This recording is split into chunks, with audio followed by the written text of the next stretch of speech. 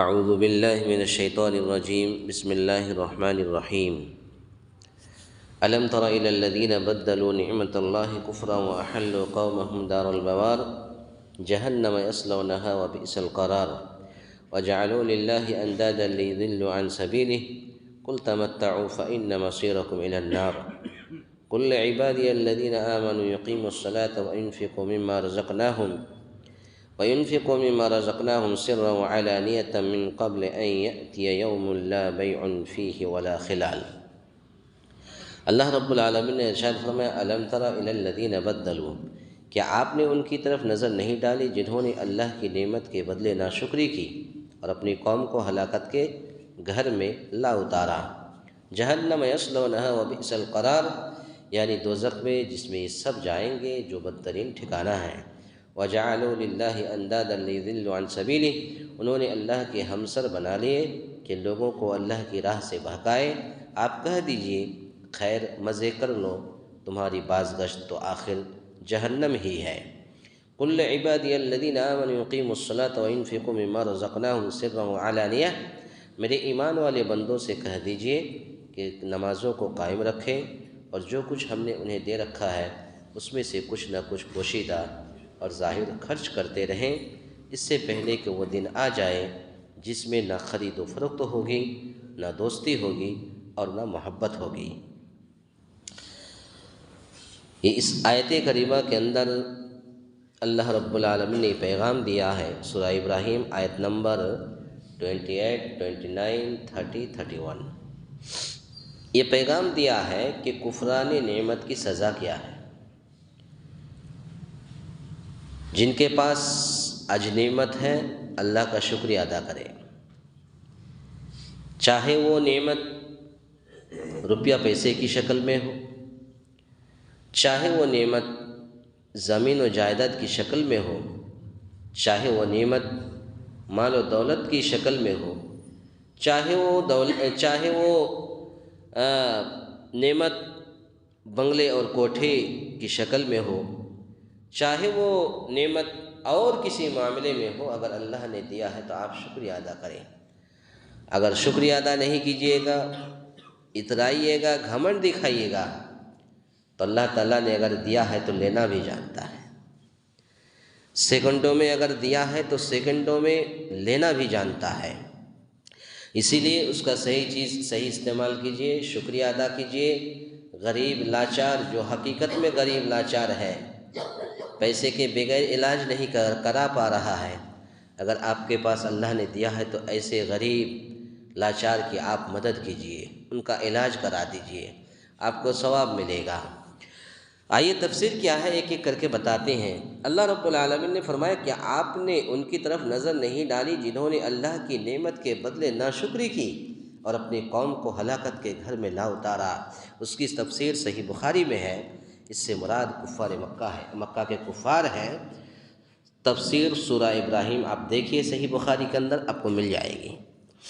جنہوں نے رسالت محمدیہ کا انکار کر کے اللہ کے نبی صلی اللہ علیہ وسلم کی رسالت، نبی صلی اللہ علیہ وسلم کے رسول کا انکار کر کے اور جنگ بدر میں مسلمانوں سے لڑ کر اپنے لوگوں کو ہلاک کروایا، اس لیے اپنے مفہوم کے اعتبار سے یہ عام ہے، اور مطلب یہ ہوگا کہ حضرت محمد رسول اللہ صلی اللہ علیہ وسلم کو اللہ رب العالمین نے رحمت للعالمین یعنی پوری دنیا کی رحمت بنا کر کے، لوگوں کے لیے نعمت الہی بنا کر کے بھیجا ہے۔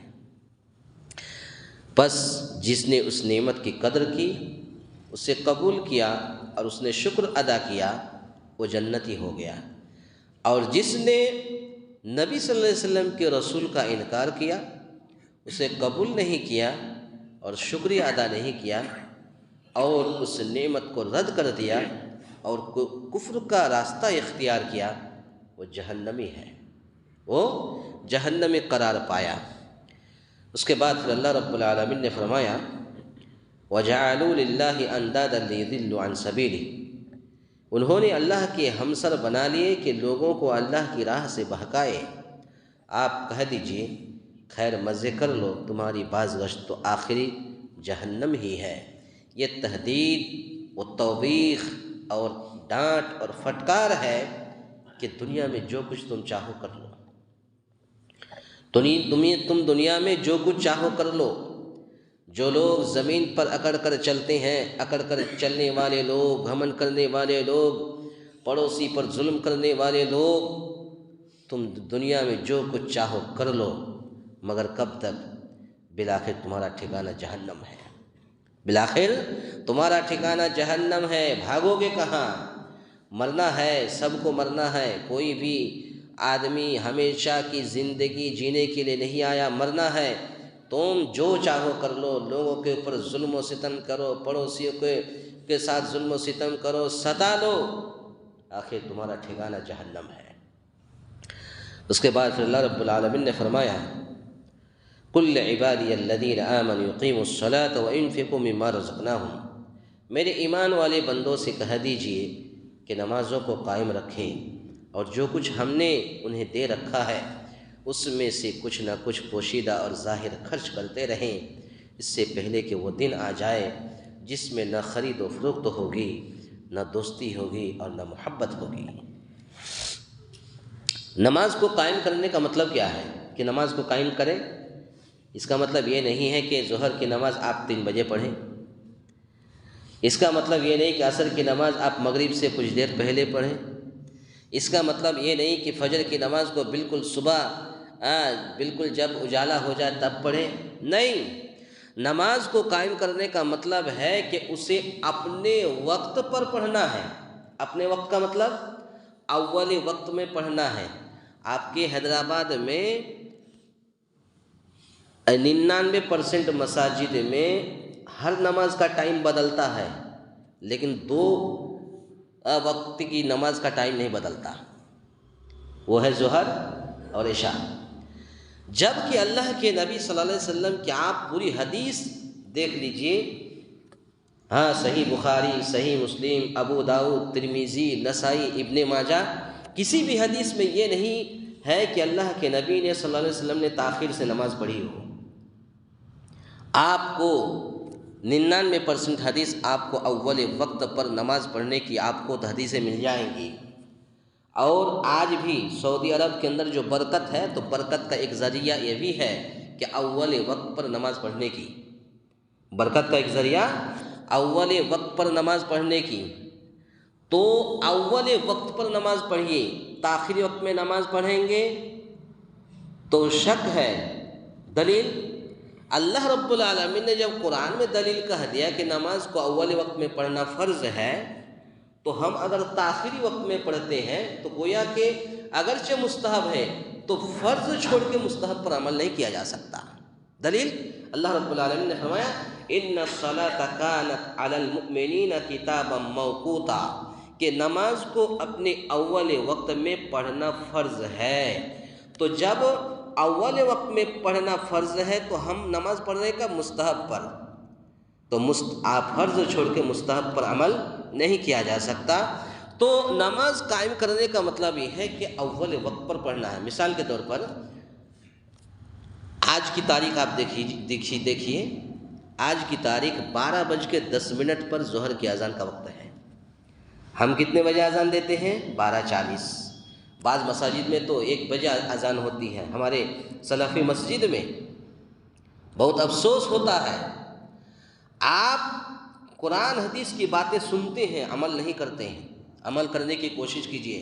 اگر زندگی کے اندر کوئی رد و بدل آپ کرنا چاہتے ہیں، آپ کی زندگی خوشگوار زندگی گزرے، تو آپ قرآن حدیث پر عمل کر کے دیکھیے، آپ کی زندگی کے اندر تبدیلی آئے گی، آپ کے گھروں کے اندر برکتیں آئیں گی۔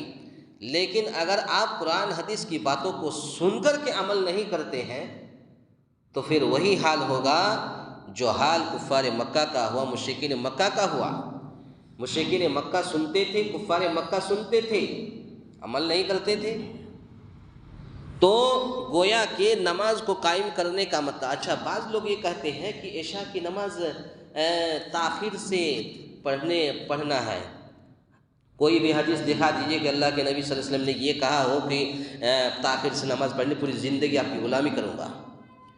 یہ نہیں ہے، یہ ہے حدیث میں آذان ہوتی تھی عشاء کی، اگر سب لوگ اگر جمع ہو جاتے تھے اللہ کے رسول پڑھ لیتے تھے، لوگ جمع نہیں ہوتے تھے، ایک دو آتے تھے، پھر اللہ کے رسول کہتے تھے کہ کچھ لوگوں کو آنے دو، یہ طریقہ ہے۔ لیکن یہ کہنا نئی حدیث میں ہے تاخیر سے پڑھنا ہے، آپ ایک بھی حدیث دکھا دیجئے، پوری زندگی غلامی کروں گا۔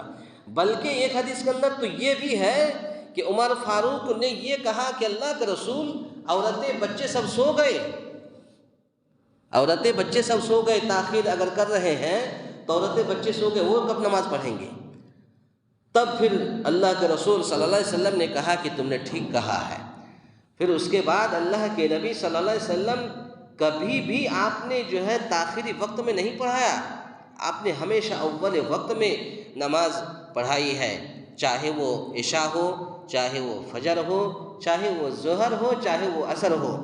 تو گویا کہ نماز کو قائم کرنے کا مطلب یہ ہے کہ اول وقت میں ہمیں اور آپ کو پڑھنا ہے۔ حیدرآباد تلنگانہ میں شاید ایک مسجد ہے جہاں پر اول وقت پر اذان ہوتی ہے، وہ اس مسجد میں ہی گیا ہوں۔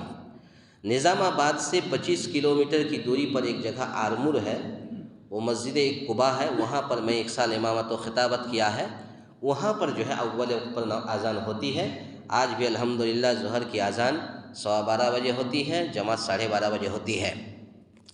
تو نماز کو قائم کرنے کا مطلب کہ اس کو اپنے اول وقت پر پڑھنا فرض ہے، اور تعدیل ارکان کے ساتھ اور خشوع اور خضوع کے ساتھ ادا کیا جائے۔ درس میں بتایا مغرب میں کہ اگر نماز کے اندر خشوع خضوع نہیں ہے تو آپ کی نماز اللہ تعالیٰ کے پاس قابل قبول نہیں ہے، جس طرح نبی کریم صلی اللہ علیہ وسلم کی سنت ہے۔ تو یہ ساری چیزیں اول وقت میں پڑھنا اور ارکان کے ساتھ ادا کرنا، خشوع خضوع کے ساتھ نماز ادا کرنا، سکون کے ساتھ نماز ادا کرنا نبی کریم صلی اللہ علیہ وسلم کی سنت ہے۔ انفاق کا مطلب ہے کہ زکوٰۃ ادا کی جائے، اقارب اور پڑوسی کے ساتھ صلہ رحمی کی جائے، اور دیگر ضرورت مندوں پر احسان کیا جائے۔ یہ نہیں کہ صرف اپنی ذات پر اور اپنی ضروریات پر تو بلا دریغ خوب خرچ کیا جائے، اور ایک آدمی جو ہمارا پڑوسی ہے، بھوکے پیاسے ہیں، کھایا نہیں ہے، یہاں تک کہ اللہ کے نبی صلی اللہ علیہ وسلم نے فرمایا کہ اگر تمہارا پڑوسی اگر غیر مسلم بھی ہے تو اس کو بھی دے کر کے کھاؤ۔ پتہ یہ چلا کہ تم آسودہ حال ہو کر کے کھا لیے اور تمہارا پڑوسی وہ بھوکے پیاسے نہیں ہے، جس کی وجہ سے بھوکے پیاسے پڑے ہوئے ہیں۔ تو اگر تمہارا پڑوسی اگر غیر مسلم بھی ہے تو اس کو بھی دے کر کے کھاؤ۔ اللہ تعالیٰ کی بتلائی ہوئی جگہوں پر خرچ کرنے سے گریز کیا جائے۔ قیامت کا دن ایسا ہوگا جہاں نہ خرید و فروخت ہوگا ممکن ہوگی، اور نہ ہی کوئی دوستی ہوگا، اور نہ ہی کوئی محبت ہوگی، اور نہ ہی کوئی کسی کے کام آئے گی۔ اس لیے وہ وقت آنے سے پہلے ہمیں ضرورت مند جو حقیقت میں ضرورت مند ہے آپ اس کو دیجئے۔ آپ کوئی اگر غریب ایسا ہے جو حقیقت میں روپیہ پیسہ کے بغیر علاج نہیں کرا پا رہا ہے، آپ اس کا علاج کرا دیجئے۔ آج کے درس کا خلاصہ کلام یہ ہے کہ نماز کو اول وقت میں پڑھنے کی ہمیں اور آپ کو کوشش کرنی چاہیے۔ اور دوسری بات یہ ہے کہ نماز کو خشوع خضوع کے ساتھ سکون کے ساتھ نماز پڑھنے کی کوشش کرنی چاہیے، اور پھر جو ضرورت مند ہے اس کی ضرورت کو پوری کی جائے، جو ہمارا پڑوسی ہے اس کے ساتھ صلہ رحمی کی جائے، اس کے ساتھ اخوت و بھائی چارگی پیدا کی جائے، اور ضرورت مندوں پر احسان کیا جائے۔ اللہ تعالیٰ سے دعا ہے یا الہ العالمین ہم تمام مسلمانوں کو کہنے سننے سے زیادہ نیک عمل کرنے کی توفیق عطا فرمائے، آمین۔ اقول قولی ھذا استغفر اللہ لی ولکم ولسائر المسلمین واستغفروہ انہ ھو الغفور الرحیم۔